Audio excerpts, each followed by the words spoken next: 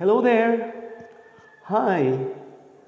Isang mahesus na araw ang akin pong pagbati sa inyong lahat, mga minamahal kong kaibigan, mga minamahal kong kapatid sa Panginoon, mga pinakaiibig niya dahil sa tinapos na gawa ng Panginoong Yesus. Today is April 14 of 2020. And I'm happy to announce that we are on day 22 of our JGS Online Grace Devotion. Hallelujah! Salamat sa biyaya niya na patuloy na nagsusustain sa atin upang makapagpatuloy tayong makapag-broadcast araw-araw sa online devotion na ito. Kumusta po kayo?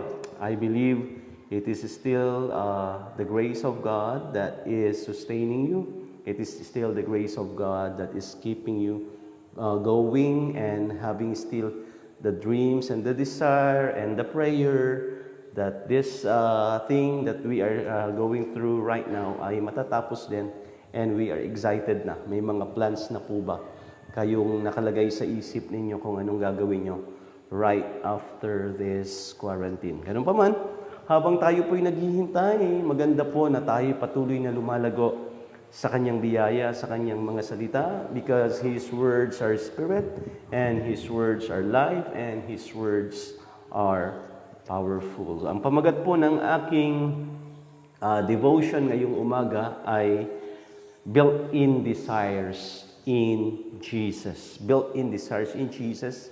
At ang text po natin ay manggagaling din lang doon sa verse, and there are some other verses pa, of course, na ginamit natin kahapon, and that is in Ezekiel chapter 36 verse 26. Yan po yung kahapon.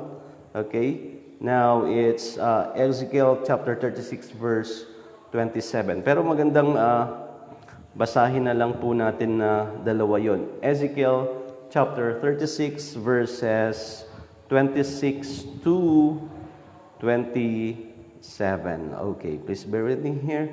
Ezekiel chapter 36 verses 26 to 27. Ganito po ang sinasabi: I will give you a new heart and put a new spirit within you.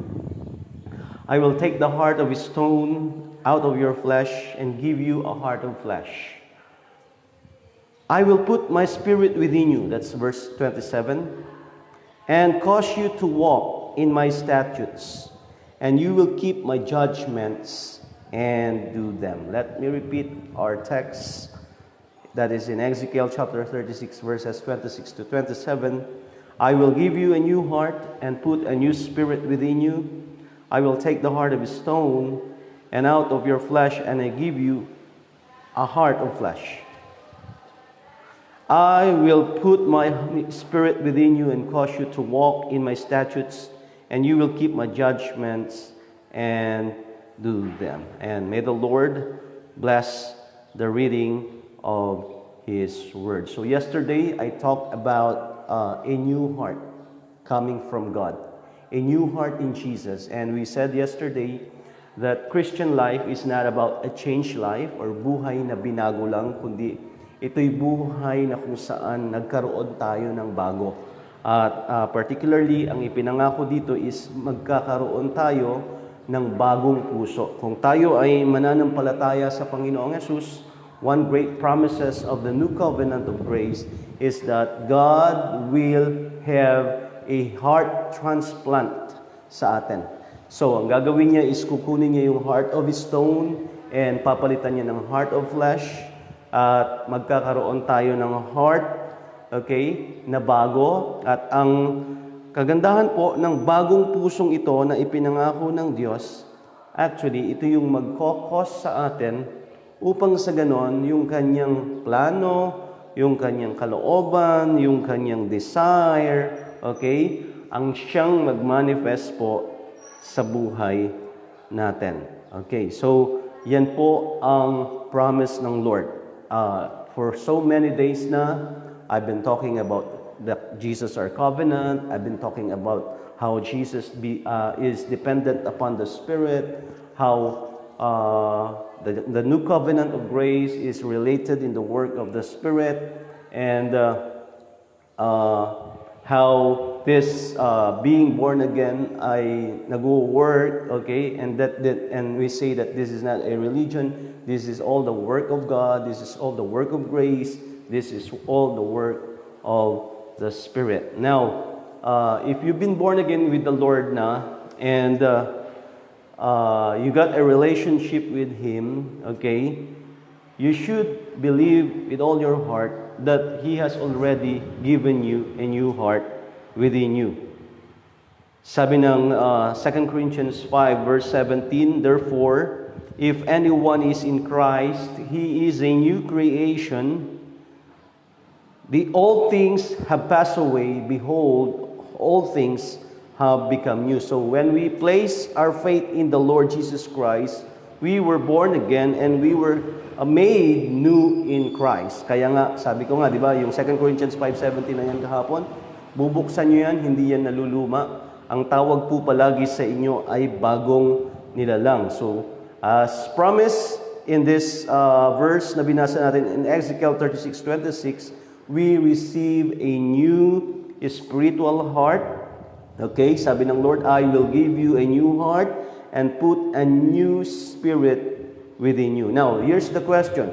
How does a new creation, kung new creature na tayo, alright, in the Lord Jesus Christ, and we were given a new heart, now the question is, how does a new creature in Christ grow in a life of obedience? Okay, sapagkat nais ko pong talakayin yan ngayong umaga, kapagkat dati napapahapyawan ko lang po yan, sapagkat yan po ang hindi maipaliwanag, hindi maintindihan ng marami, lalo na yung mga nasa mga kapatid natin na nasanay na makapakinig ng mga sermons, at parang kapag narinig po nila itong mensahe ng biyaya ay parang tumataas ang kanilang mga kilay, at parang sabi nila, parang ayoko tong message of grace na ito kasi parang hindi ko na naririnig yung obedience. Okay, so let's talk about that, my dear brothers and sisters in the Lord. So, gaya nga ng sabi ko before, if you want to become an obedient child of God, okay, and if you want really, okay, to obey God, I'm telling you right now, what you need in your life is grace. Because only by the grace of God, that obedience, okay, runs naturally in your life. So that's the question. How does a new creature in Christ grow in a life of obedience? So, alam niyo po kasi, yung natural thinking natin, okay, ay maaring nag-a-assume yan yung Christian natin, yung Christian growth natin in obedience ay simply doing our best to walk the will of God. Alam niyo po, wala naman pong mali talaga sa obedience Isang napakagandang bagay pagsunod po sa Diyos, pagsunod sa kalooban ng Diyos. Ang nangyari lang po kasi, okay, sa mga nakaraang panahon, yung pagsunod na ito ang nangyari, akala natin ay lumalago tayo sa ating Christian life, sa pagsunod natin sa pamamagitan ng doing our best to walk in the will of God. While the Bible says, that's in Ezekiel chapter 26 verse 27, yun po yung kasunod na verse ng text natin, ang sabi niya ay ganito, I will put my spirit within you and cause you to walk in my statutes. So, the born-again believer or the born-again follower of Jesus is not designed to operate on his best efforts, on his own best efforts. Wala pong problema sa obedience. And the truth is, gusto po yun ng Diyos sa buhay ng mananampalataya. Kaya lang, kapag hindi natin alam yung tamang operation, okay, kung paano mangyayari ito, is matetempt po tayo na mag-operate in our own best efforts. And that is not the design of God. What is the design of God? The design of God is this. The Holy Spirit would become the heavenly dynamic in developing a life of obedience. Alright? So, ulitin ko po, the Holy Spirit is to be the heavenly dynamic, the heavenly operation, the heavenly way for us to develop a life of obedience. Pag-usapan po natin ng konti, since pinag-uusapan po natin ang obedience, yung built-in desires for God, okay? Pag-usapan po natin ng konti, ano po ba ang disobedient life? Ang disobedient life, it would include attitudes and actions na yung fallen physical bodies natin naturally crave. Since we are in this flesh, I'm telling you, my dear friends, even you are now with the Lord, okay? We have this physical body that is fallen, and this naturally crave for this disobedient life, yung attitudes and actions na supposedly, okay, kaya nga ang napakagandang ituro sa mga anak ng Diyos ay lagi nilang malaman that they have been crucified with Christ, that they are already dead in trespass, they are already dead sa kanilang mga kasalanan. Patay na sila kasama ni Kristo at napako doon sa krus. Kaya sabi nga ng Colossians chapter 3 verse 5 to 6, malinaw na bilin ni Paul, sabi niya, therefore, sabi niya, put to death your members which are on the earth. Ano yon? Fornication, uncleanness, passion, sabi niya dito, evil desire, and covetousness, which is idolatry. Because of these things, the wrath of God is coming upon the sons of disobedience. Look at this. Sons of disobedience. Because these are the work of those who are called as sons of disobedience. But you are no longer a son of disobedience. You are a son of obedience. Not because of what you've done, but because of what Christ has done for you, but because you have believed in the Lord Jesus Christ and you have placed your faith in Him. So, ang nais ng Lord ay makapag-respond tayo ng tama doon sa carnal desires na meron sa ating physical body. And the Holy Spirit wants to enable us to respond properly concerning this carnal desires na nasabi ko po. Sabi ng Romans chapter 8 verse 13, nabanggit ko rin po ito kahapon. Sabi niya, if by the Spirit you put to death the deeds of the body, you will live. Romans chapter 8 verse 13. Uulitin ko po. If by the Spirit you put to death the deeds of the body, you will live. So, ibig sabihin, dapat alam mong patay na yung deeds of the body. Dapat alam mo na ikaw ay patay na kay Kristo. Okay? At sa pamamagitan daw nito, ikaw ay mabubuhay na malaya sa Spirito. Hallelujah! Because these fallen natural cravings are described sa Galatians na lust of the flesh. And they are overcome, mangyayari lamang po ito, na ma-overcome natin ito as we yield to the work of the Holy Spirit in our lives. Kaya kabilin-bilinan po ng Galatians chapter 5 verse 16, walk in the Spirit and you shall not fulfill the lust of the flesh. Galatians chapter 5 verse 16, walk in the Spirit and you shall not fulfill the lust of the flesh. So, ibig sabihin mga kapatid, ibig sabihin mga kaibigan, alright, nais ng Diyos ang isang buhay na kung saan ang ating attention, ang ating will, ang ating desire, ang ating puso, ang ating mga ginagawa, ang ating mga pananalita, ang mga bagay na meron tayo ay matuon lang sa Kanya. Okay? And God wants us to develop this life of obedience, but we cannot do this by our own self-effort. Okay? Kaya nga, kailangan nating paniwalaan yung Kanyang design. Ano ang Kanyang design? Binigyan Kanya ng bagong puso kay Kristo Jesus.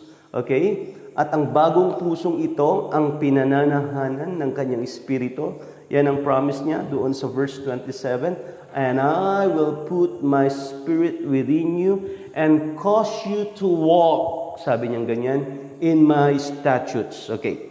Sa ibang bahagi sa Book of Hebrews, nang ipinangako po itong New Covenant of Grace, ang sabi niya, I will put my law in their hearts. Okay? Of course, this is not talking about the law of Moses or the law of the Old Covenant, okay, na tinatawag. But these are the law which are what we call in Galatians chapter 5, verses 22 to 23, as law of the Spirit. Law of the fruit of the Spirit, like love, like peace, like joy. Okay? Na ibig sabihin, if you will believe that you have a new heart already, you should also believe that you got a new spirit within you. And this new spirit within you is the one causing you, okay, to show this built-in desires already that God has placed in your life, that God has placed in your heart. It is not by your own might, it is not by your own power, it is not by your own resolution, okay, na magagawa mo ang mga bagay na ito, but it is just all because the Holy Spirit within you is the one causing these things to do in your life. Now, let me have another verse coming from Psalm 37 verse 4, okay? Ang sabi niya doon, delight yourself in the Lord, and He will give you the desires of your heart. Okay? Psalms 37:4, delight yourself in the Lord, and He'll give you the desires of your heart. Now, even that verse has been misused and has been abused. If you won't use that in the lens of grace, if you don't know what God has promised in the new covenant, that in the new covenant you would have a new heart, and that new heart you will have a new spirit within you, and that spirit within you would be the one to cause you to walk, okay, in His will. That would cause you to live a life of obedience unto Him. Okay? Maging yung verse na po na yan sa Psalm 37:4 ay magiging parang sarili mong gawa. Di ba? Sasabihin nila, look at this. Delight yourself in the Lord, and He will give you the desires of your heart. Okay? Ano ba yung salitang delight? Ayan, tsaka naman na naman nila i-connect yung mga gawaing Kristiyano. Delight, ibig sabihin ng delight is, marubdob ka sa Diyos. Ibig sabihin ay hindi ka nakakalimot sa Kanya na magdasal. Okay? Ibig sabihin, nagbibigay ka talaga ng panahon sa Kanya na ikaw talaga ay hindi sumasablay sa iyong devotion. Okay? Mapalad yung mga tao na gumigising ng madaling araw, mahabang nananalangin. Ayan. Ayan na naman po tayo. Bumalik na naman po tayo doon sa best own efforts natin. Ang sabi lang doon, delight yourself in the Lord. That means, look unto Jesus, look unto God. Okay? And whenever you look unto God and whenever you look unto Jesus, okay, you would know that everything is done and everything is finished at the cross of Calvary. And delighting yourself in the Lord is knowing your true identity in Him and knowing who you are in Him, knowing who He is and what He has done for your life. That means you should know where is the operation you are in right now. And the Bible says if you are a believer of the Lord, you are under the new covenant of grace. And under the new covenant of grace, God has given you a new heart, and in that new heart, God made the Spirit resided in you, and that Spirit, okay, is the one causing you to live a life of obedience. That means, if you delight yourself in the Lord, okay, you know that you have that Spirit within you, okay, and you know that God is already delighted in you as well, all because of Jesus and what He has done. Sabi niya ganyan, He will give you the desires of your heart. Now, desires of your heart, ang sabi niyang ganyan, Ibig sabihin, kung nilagyan ka ng Diyos ng bagong puso, nilagyan ka ng Diyos ng bagong espiritu, I'm telling you right now, therefore, kung nakatira ang kanyang presensya sa iyo, okay, walang iba ring nakatira dyan, kundi ang kanyang kalooban at magagandang plano at magagandang hangarin at magagandang naisin sa buhay mo. Ibig sabihin, kaibigan, nang tinanggap mo si Jesus, okay, ipinagkaloob niya ang kanyang mga naisin sa puso mo. Okay? That's why He can now give the desires of your heart, because these desires are no longer your own desire, because you no longer live for yourselves, because Christ lives in you, and you live in the faith by the Son of God, who loved you and gave Himself for you. Okay? What you would do now is these desires na sa Kanya nang galing at ibinigay niya sa iyo, therefore sa iyo na ang mga bagay na ito, okay? At ito ang iyong mga naturalmente na ginagawa na sa buhay mo. That's why I call these desires as built-in desires for God. Built-in desires in Jesus. Okay, example of desires para sa Panginoon, okay? The desire to worship Him, the desire to honor Him, the desire to talk to Him, the desire to know His Word, the desire to be in fellowship with other believers of the Lord, the desire to listen to His servants and His teachers, the desire to devote all what you have for Him, the desire to give your time, your talent, your treasure, testimony, okay? Hindi na po mahirap lahat ng ito sapagkat hindi na po ito pilit at hindi niyo na po ito ginagawa out of religiosity, out of obligation, out of anything else, but simply because this is your nature, and if this is your nature, therefore, this has become your lifestyle. And the lifestyle of a believer of the Lord is a lifestyle of obedience. Hallelujah! Purihin ang Panginoon. Now, while God has put a new heart in you and His Spirit in you, okay, this work of the Spirit, hindi po yan automatic or tinatawag nating robotic. It is still a relational matter. I'm telling you, Christian life is all about relational matter. Pakikipag-ugnayan, pakikipagrelasyon, okay, sa Panginoong Yesus. When you entered a life kay Jesus na relasyon ka sa Kanya, okay? Itulad rin lamang po ito ng pakikipagrelasyon sa tao. Hindi po ba? May mga kaibigan tayo, minsan, di ba, may mga mag-asawa, mag-partner. Bakit hindi, sabi ng marami, bakit po nauso yung walang forever?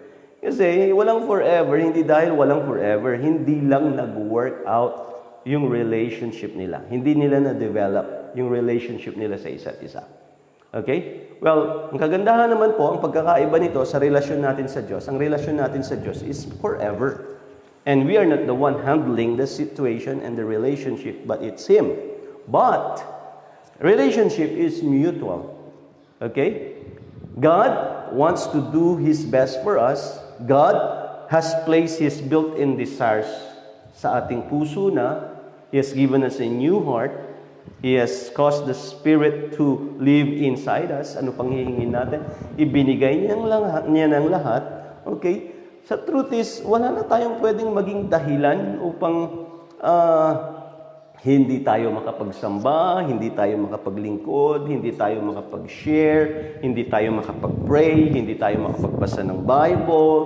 Naiintindihan niyo po ang ibig kong sabihin. Hindi po yung relihiyon na sasabihin mo, ang hirap palang maging born again, ang daming gagawin.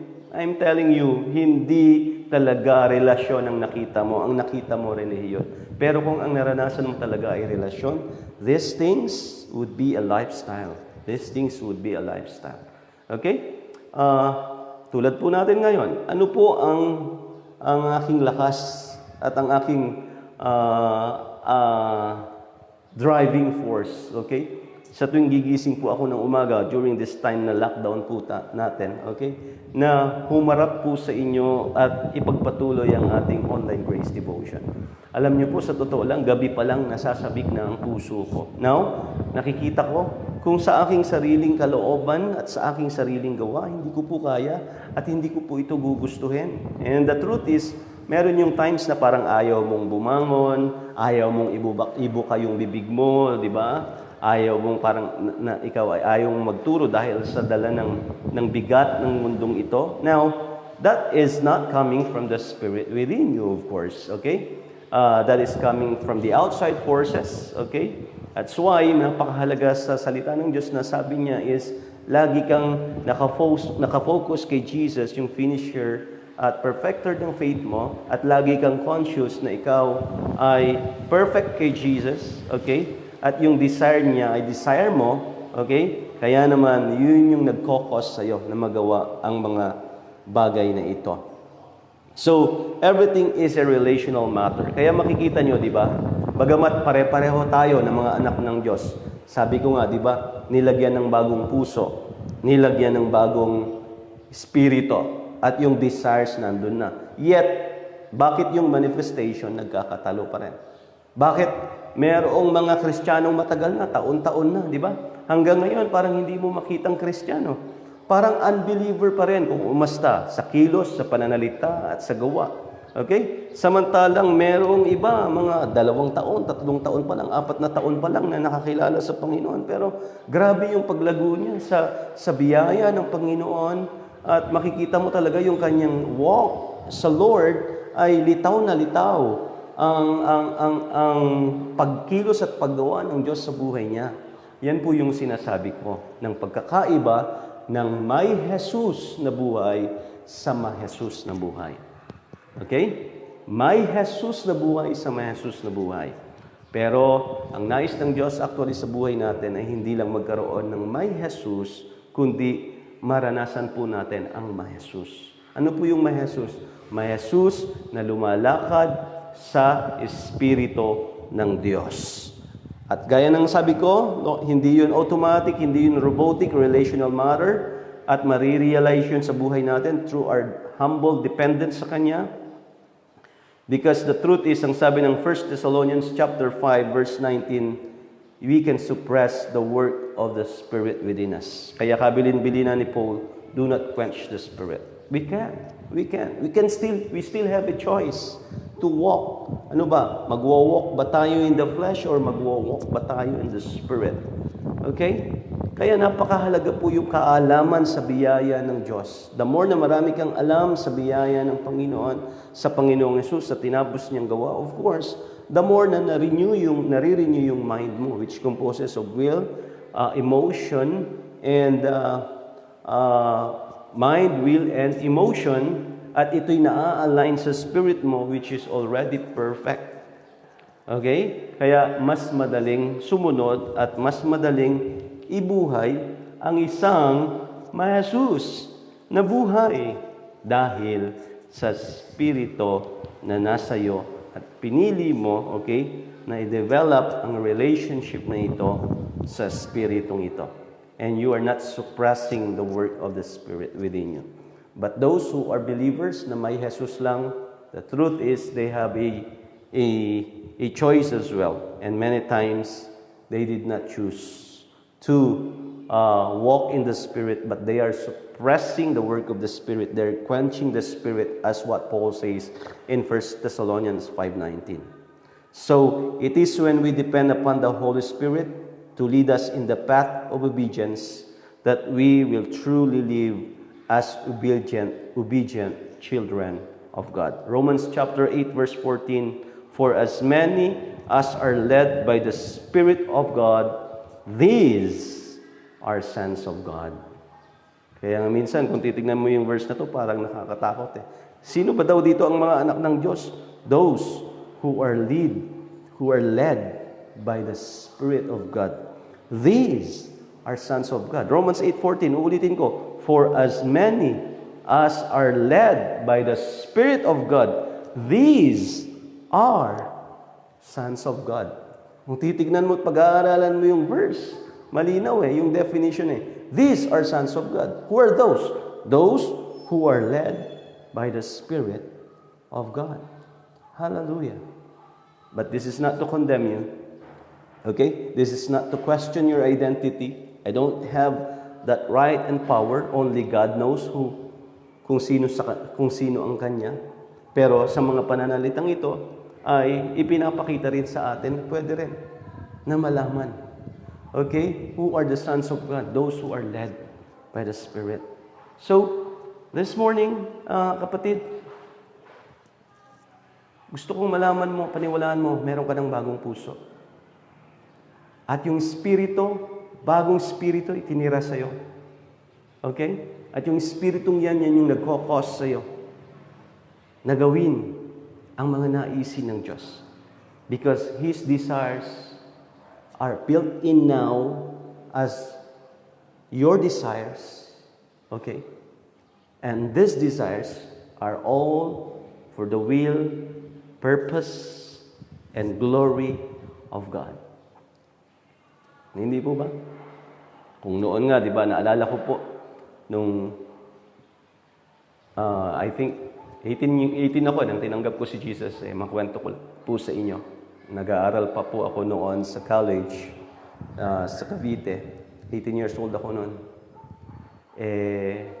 Totoo lang, ang ginagawa po ng ate ko, kasama ko po kasi ang aking ate, si Ate Cindy, nagtuturo din po siya sa school na yon and pinasok niya po ako na scholar or ako po ay student assistant.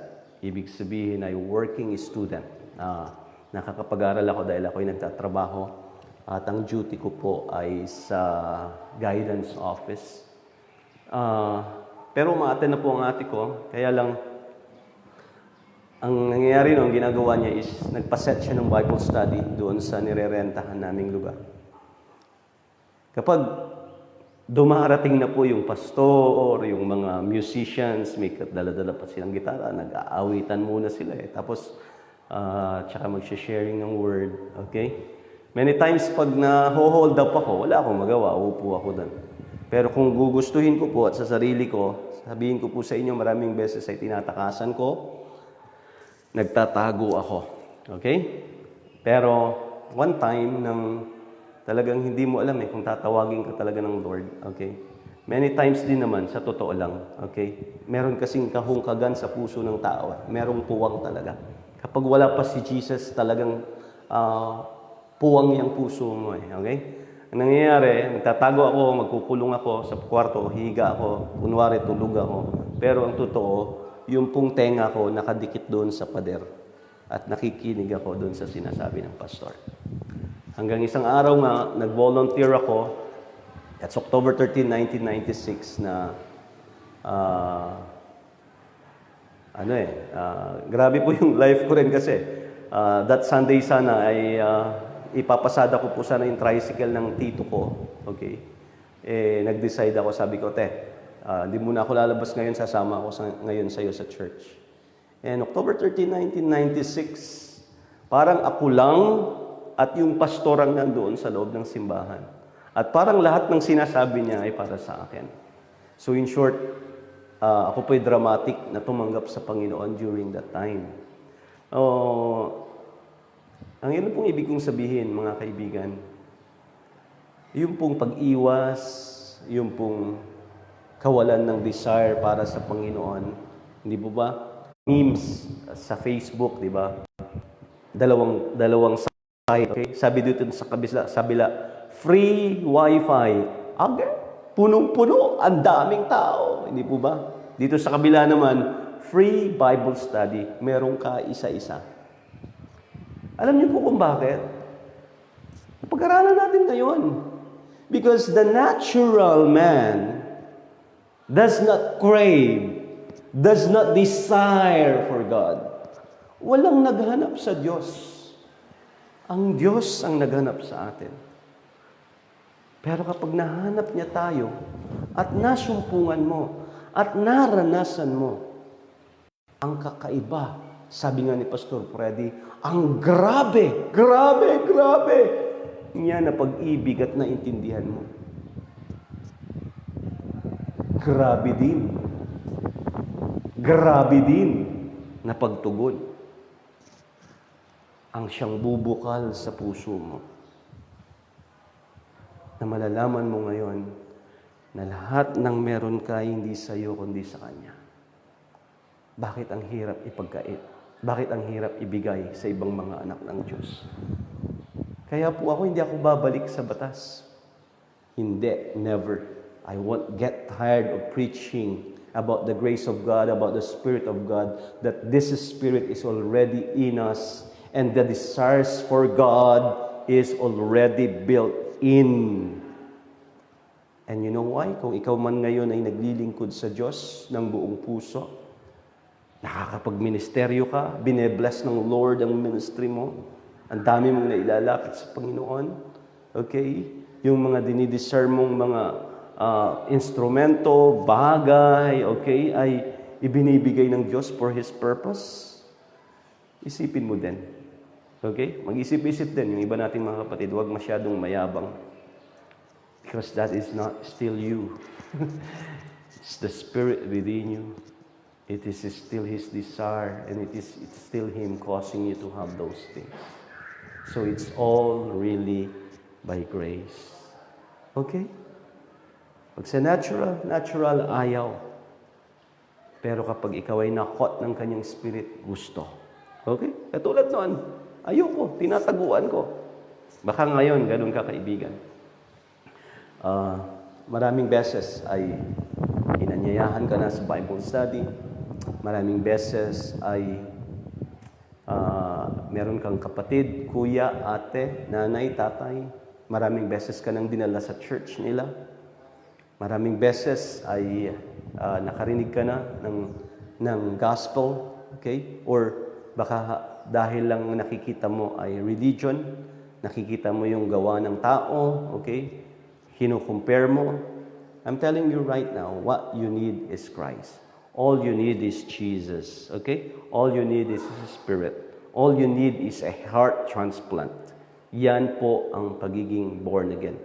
Hindi po pagbabagong ng sarili mo, kundi ikaw ay bibigyan niya ng bagong puso, bagong buhay, bagong espiritu kay Kristo Jesus. At pagkatapos nun, okay, hindi mo mamamalayan. Oo nga, ba't nagbago na? Ako po ngayon, sa totoo lang, in as much as I love my friends, all my friends, even my classmates, lalo na po yung batch ko, ng batch 1995, na gumraduate po ako ng high school. Pag nakita ko po sila, para rin kaming mga high school.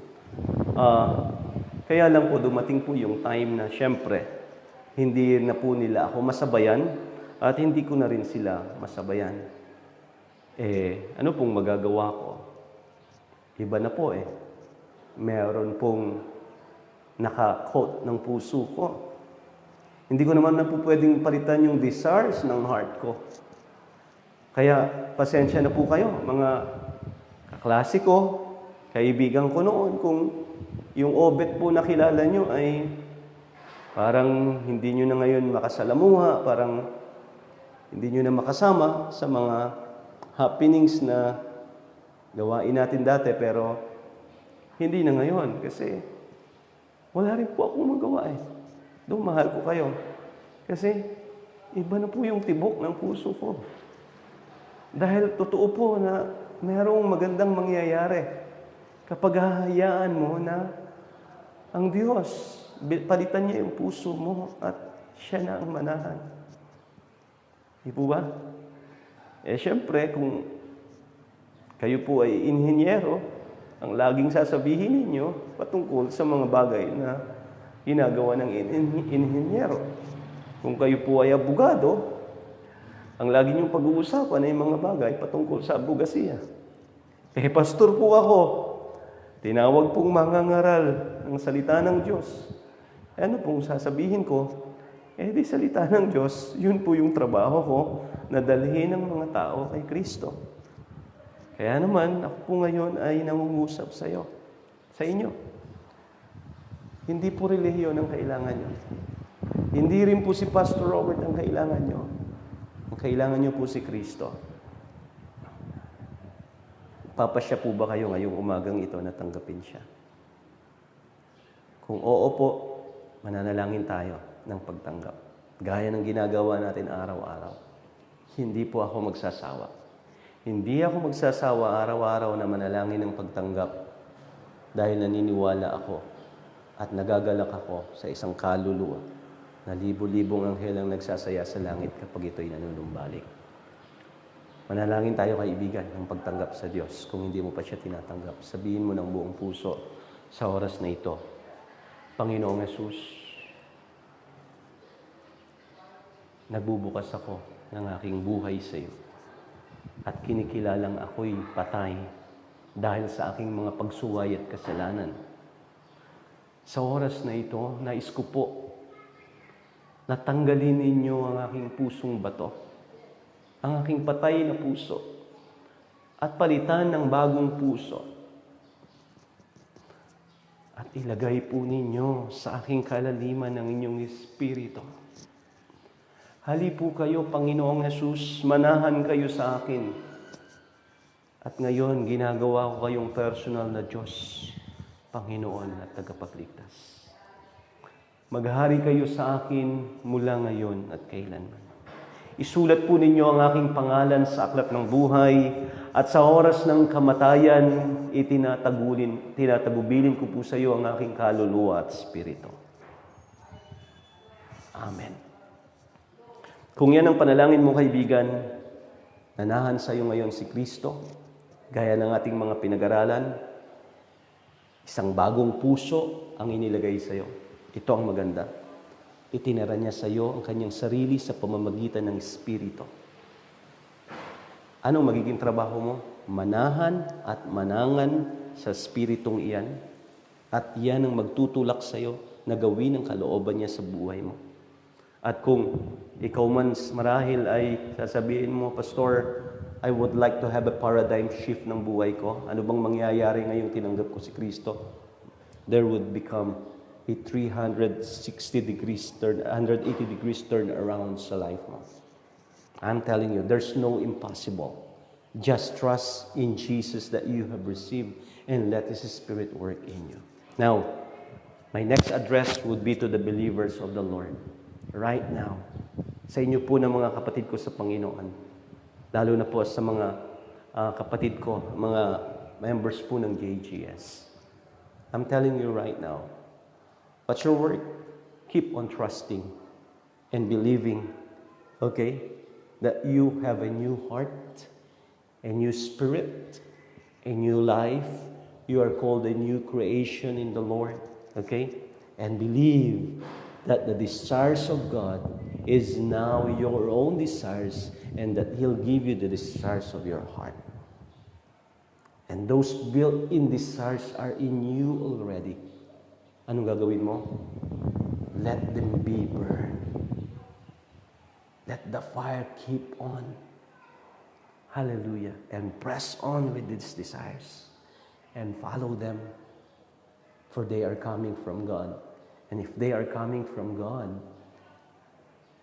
masarap po, maganda, masaya sa pakiramdam, nakakaluwang ng damdamin, fulfilling dahil kalooban ng Diyos ang mga bagay na yan. So, hindi na po mahirap ang buhay na pagsunod. Dahil ang buhay na pagsunod ay hindi rin natin gawain. Gawain ng Espiritong nasa atin. Father, thank you for this wonderful morning. Thank you for this day 22 of our JGS Online Grace Devotion. Thank you, Lord, for this new heart you have planted. Because hindi naman po pwede na palitan mo nga ang luma na tipan ng bago at ironic naman na nabubuhay kami under the new covenant of grace, yet we still live in the old heart, in the old life, in the old living, in the old lifestyle. The old is about the works of the flesh. The new is all about the work of the Spirit. Your word says in Romans 8:14, "For as many as are led by the Spirit of God, these are sons of God." Lord, it is your Spirit. It's the true mark living inside us that we are a genuine sons of God. They are genuine believers of God. And Lord, naturalmente, pag pinalitan mo ng bago, yung bago, pupunan mo ng mga bagong desires mo. At ang mga desires na ito ay para sa iyong kalooban, para sa iyong disenyo, para sa inyong plano, para sa ikaluluwalhati ninyo, at para sa inyong pangalan. And ito na po yung magiging nature and lifestyle po namin, of course. So, hindi po mahirap sumunod. Hindi po mahirap gawin ang kalooban nyo. Hindi po mahirap ang sumamba, ang manalangin, ang magmahal sa iyong gawain, ang mahalin ang iyong iglesia, na siyang iyong plano upang maging pagpapala sa marami. Kaya, Lord, maraming salamat po na under the new covenant of grace, Lord, Christian life is indeed a life of rest. It's a life of rest doesn't mean we don't do anything or we do nothing. That's not a life of rest. That's a life of laziness and that's a life of passiveness. No, as we've seen, Christian life is an active life. Christian life is a life of labor, but not labor of ourselves, but labor in the Lord and labor that the work of the Lord or labor that is the Lord, that's the one working inside us, both to will and to do. It's a life wherein restful because we are just doing those things, the things that are being sent or being given by the Spirit, kaya po restful. Hindi po ito katulad ng life na nagpi-please kami sa iyo, yung life na nasa mixture na nais ka naming i-please, natatakot kaming parusahan mo kami, o kaya naman meron kaming gustong pa-impressan na kapatid, okay? Nagpapa-impress kami marahil kay pastor o sa sino man na marami kaming ginagawa sa ministry hanggang sa ang kinalabasan po ay marami po ang na-burn out. Dahil they take Christian life as that kind of life. But no, life in Christ is indeed a life of rest because we are just, keen and we are just focused on the things that the Spirit is leading us to do. That's why it's a life of rest. And whenever you give assignment, whenever you give a work for us, it's not hard. Because the truth is, we will not be the one to do it. You are still the one who will do this for us. But your work is not automatic. It's not automatic. You always honor our choice and our response. May each believer of your grace, Lord, respond rightly and fully to your leading, O Holy Spirit, so that they would enjoy their life in you and their life with you, Jesus. Thank you for this morning. Thank you, Lord, sa mga bagay na ginagawa mo. And right now, with the updates po na kinakaharap namin, basta ako po ngayon ay nakafocus sa iyo, kami ay nakafocus sa iyo. And we are believing that after April 30, tapos na po ang quarantine na ito. And we keep on praying, of course, for victims of this virus. We pray na mabuti ka. And as we are listening sa mga news, kagabi, talagang wala pong exempted sa virus, pero you are showing your glory. Grabe, Lord. Isa po sa magandang nangyari po sa balita kagabi ay yung isa pong anak mo na compositor, songwriter, At na-shock din po ako na kasama pala sa COVID-19 victim si Brother Arnel Dipano. Pero grabe, yung pong mga songs na kanyang nilikha ay nagsilbi na songs ngayon na inaawit ng marami. Grabe po, there are really great things that are happening. Hindi kami nagpapasalamat sa sakuna, sa lockdown, sa virus, pero yan yung pong pangako nyo na all things work together. So, yung pong kanta niyang Lead Me Lord, nawa, Lord, gamitin niyo po na patuloy ang iyong ebanghelyo. Gumagawa ka in ways na talagang hindi namin maintindihan, pero grabe, amazing ka. Amazing ka, God. So, more stories to come. More testimonies to come about your grace, about your goodness, despite of these things happening. So, Lord, thank you, thank you, thank you. We praise you and we love you because you first love us. And it is just our desire to worship and love you in return because we have received this grabe pag-ibig mo. In Jesus' name, amen and amen. Maraming salamat po.